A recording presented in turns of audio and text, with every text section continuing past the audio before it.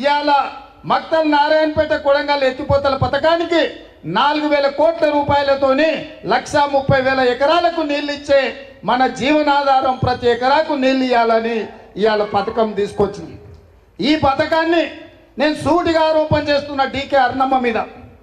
ఆనాడు కిరణ్ కుమార్ రెడ్డి గారు ఇవ్వడానికి సిద్ధమైన అడ్డం పెట్టి మక్తల్ నారాయణపేట కొడంగల్ ఎత్తిపోతల పథకానికి అడ్డుపడ్డది ఆ రోజు డీకే అర్ణమ్మ.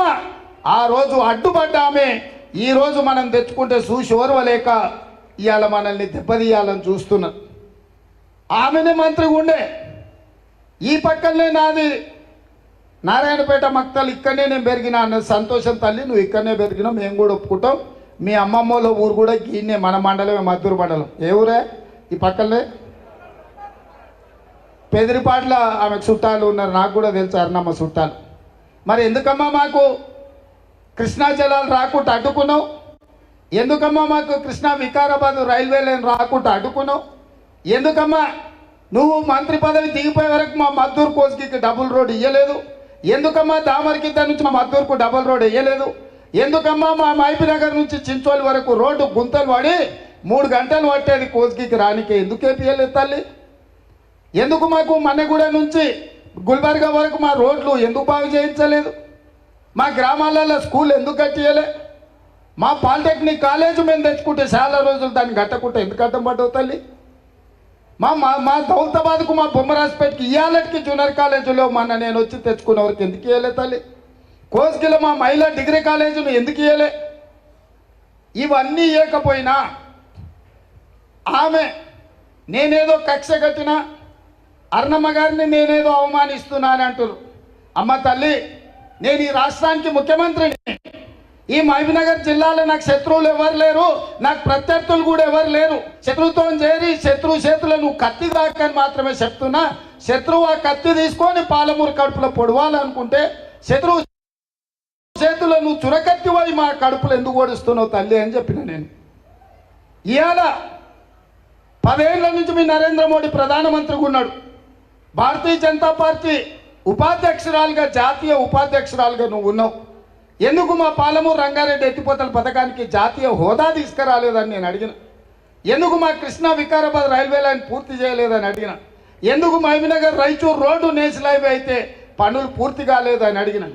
ఇవే కదా నేను అడిగిన. ఇవాళ మాకు అవకాశం వచ్చింది చేసుకుందాం అంటే మళ్ళా నువ్వు నరేంద్ర మోడీ చేతిలో కత్తివై ఇవాళ మా పాలమూరు కడుపులో ఓడుస్తుంటే వద్దు తల్లి అని చెప్పిన. నాకు నీకు పోటేంది తల్లి? ఏంది నీ దగ్గర ఉన్నదేంది? నేను ఆశించేదేంది?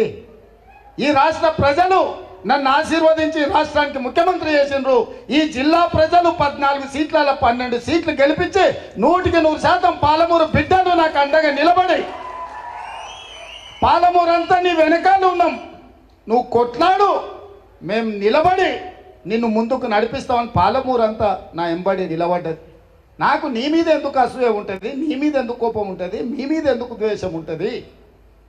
నాకు నీకు పోటేంది, పొంతనేందమ్మా? నేనెప్పుడు నీ మీద అసూయ పడలేదు, నేనెప్పుడు నీ మీద కోపం చూపించలేదు. నిన్నమన్నా టీవీలలో పేపర్లలో మాట్లాడుతుంది, రేవంత్ రెడ్డి నన్ను అవమానించండి, రేవంత్ రెడ్డి నన్ను ఏదో అంటున్నాడు. నేనేందుకు అంటమ్మా? ఏముంది మీ దగ్గర నేను అసూయ పడడానికి? నీ సొంత గద్వాలనే మన ఎన్నికల్లో నువ్వు పోటీ చేయలేదు. నీ పార్టీ తరఫున పోటీ పెడితే 7,000 ఓట్లు వచ్చినాయి. డిపాజిట్ జప్తు అయిపోయింది నీ గద్వాల్లో. నీ సొంత ఊర్లోనే డిపాజిట్ పోయినాక, నీ సొంత ఊర్లోనే నీ సొంత పార్టీ ఆగమాగమైనాక నేను ఆవిడ మీద ఎందుకు బాధపడతా, లేకపోతే ఆవిడ మీద ఎందుకు కోపం పడతా? ఏంది మన ఇద్దరికి ఎందుకు? ఈ జిల్లాలోనే స్పష్టంగా చెప్తున్న మీడియా మిత్రుల ద్వారా, ఈ మహబూబ్నగర్ జిల్లా పాత ఉమ్మడి జిల్లాలో నాకు ప్రత్యర్థులు లేరు, నాకు శత్రువులు లేరు. ఎవరైనా ఈ పాలమూరు బిడ్డలే. ఆ పాలమూరు బిడ్డలు ఈ ప్రాంతం అభివృద్ధి కోసం సహకరించాలనేది నా ఆలోచన తప్ప నాకెవరి మీద ఎలాంటి ద్వేషం లేదు, నాకు ఎలాంటి కోపం లేదు. నా పట్టుదల అంతా ఒక్కటే. లేక లేక ఒక అవకాశం వచ్చింది. ఈ అవకాశం జారవిరుచుకుంటే మళ్ళీ 100 ఏళ్ళైనా ఈ పాలమూరుకి ఇట్లాంటి అవకాశం రాదు. 75 ఏళ్ల కింద మొట్టమొదటి హైదరాబాద్ రాష్ట్రానికి బూర్గుల రామకృష్ణారావు గారు ముఖ్యమంత్రి అయితే మళ్ళా 70 ఏళ్ల తర్వాత ఇవాళ మన పాలమూరుకు ఒక అవకాశం వచ్చింది. ఆనాడు పూర్తి స్థాయిలో అభివృద్ధి జరగలేదు కాబట్టి 70 ఏళ్ళు మనం ఎదురు చూడాల్సి వచ్చింది, కండ్లలో ఒత్తులు పెట్టుకొని చూడాల్సి వచ్చింది.